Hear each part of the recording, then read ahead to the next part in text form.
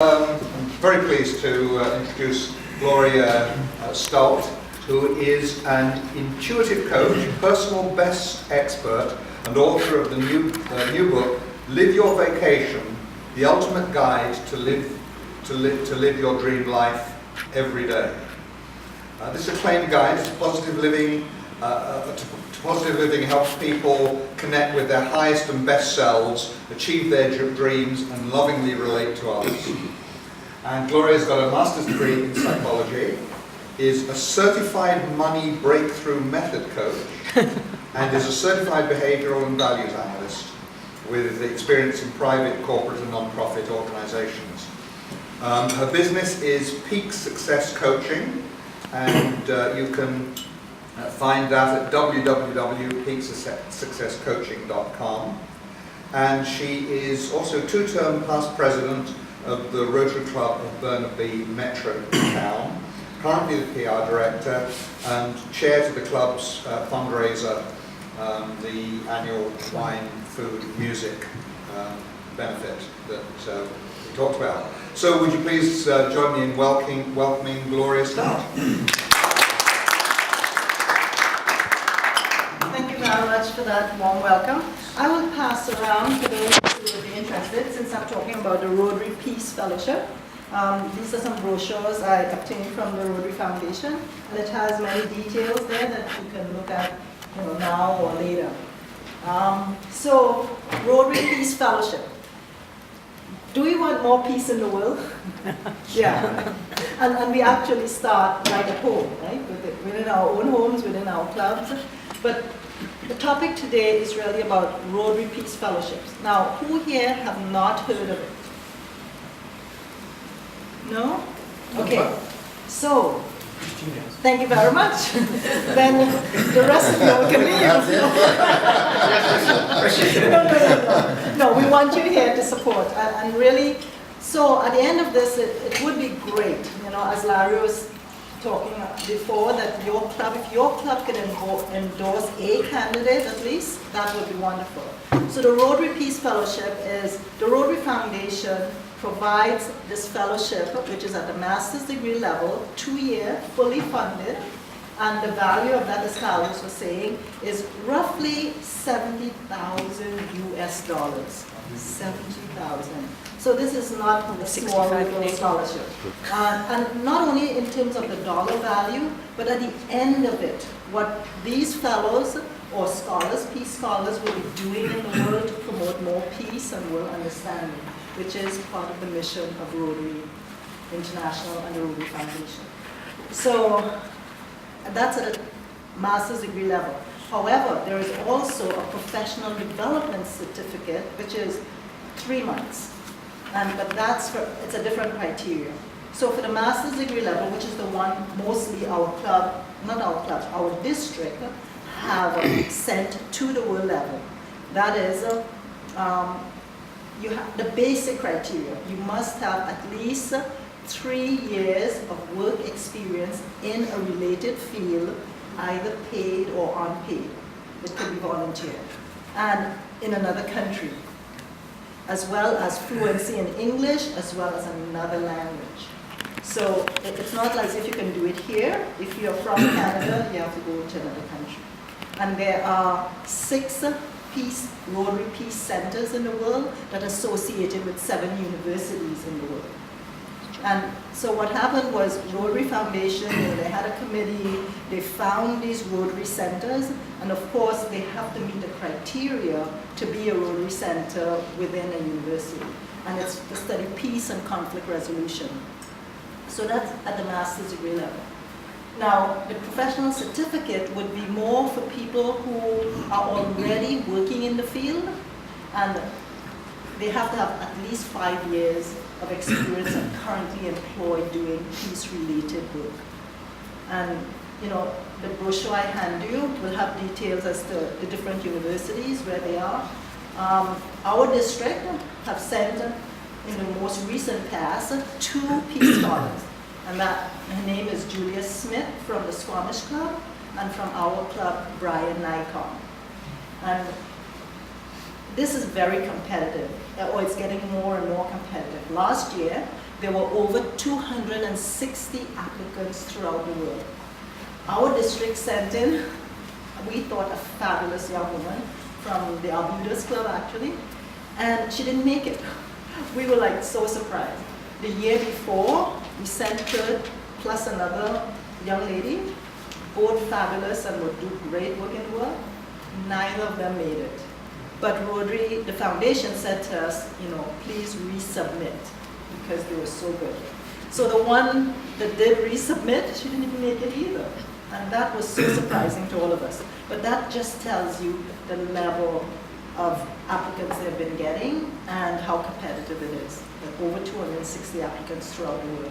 So the foundation, they choose up to 50 for the master's degree level and up to 50 for the professional certificate. So, it's 100 altogether every year at a maximum, and if already 260 apply. So it is very competitive. And recently we had Brian Nikon. Just to give you a little bit of background of the one that actually made it, his specialty was using the media, in particular film, to create more peace in the world, more awareness.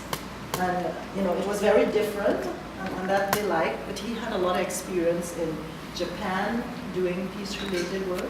So, the committee, from what we understand, looked very heavily on all their experiences and what they will be doing afterwards. Once they get the fellowship completed, then they look at, well, is it really going to help create more peace and world understanding in the world?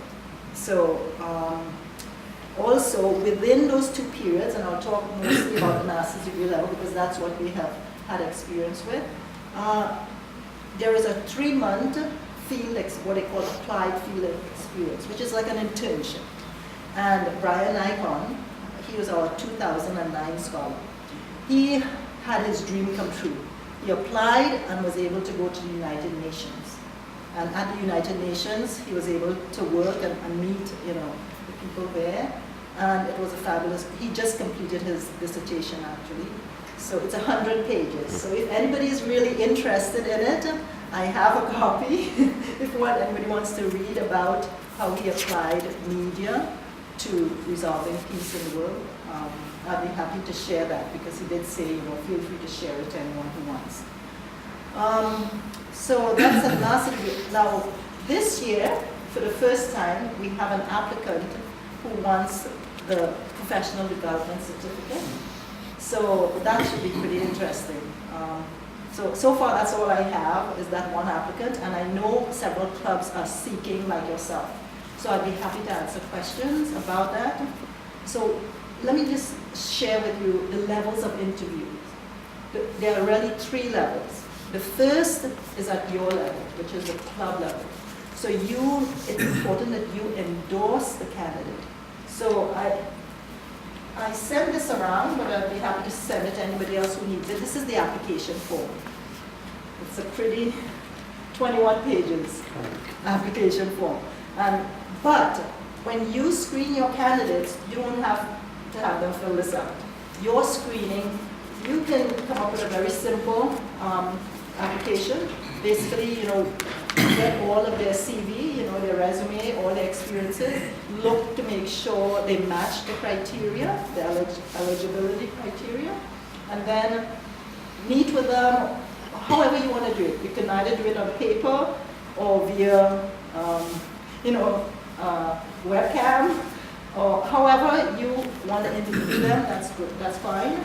You can just make sure that they meet the criteria, you feel good that they would be a good candidate, then you sign that off, and that's when you give them this form to fill out. Right? And basically they need to have letters of references, they have to have proof of the fluency in another language, and all their experiences. And they have a statement that they have to write why they want to be a Peace Fellow and talk about themselves a bit.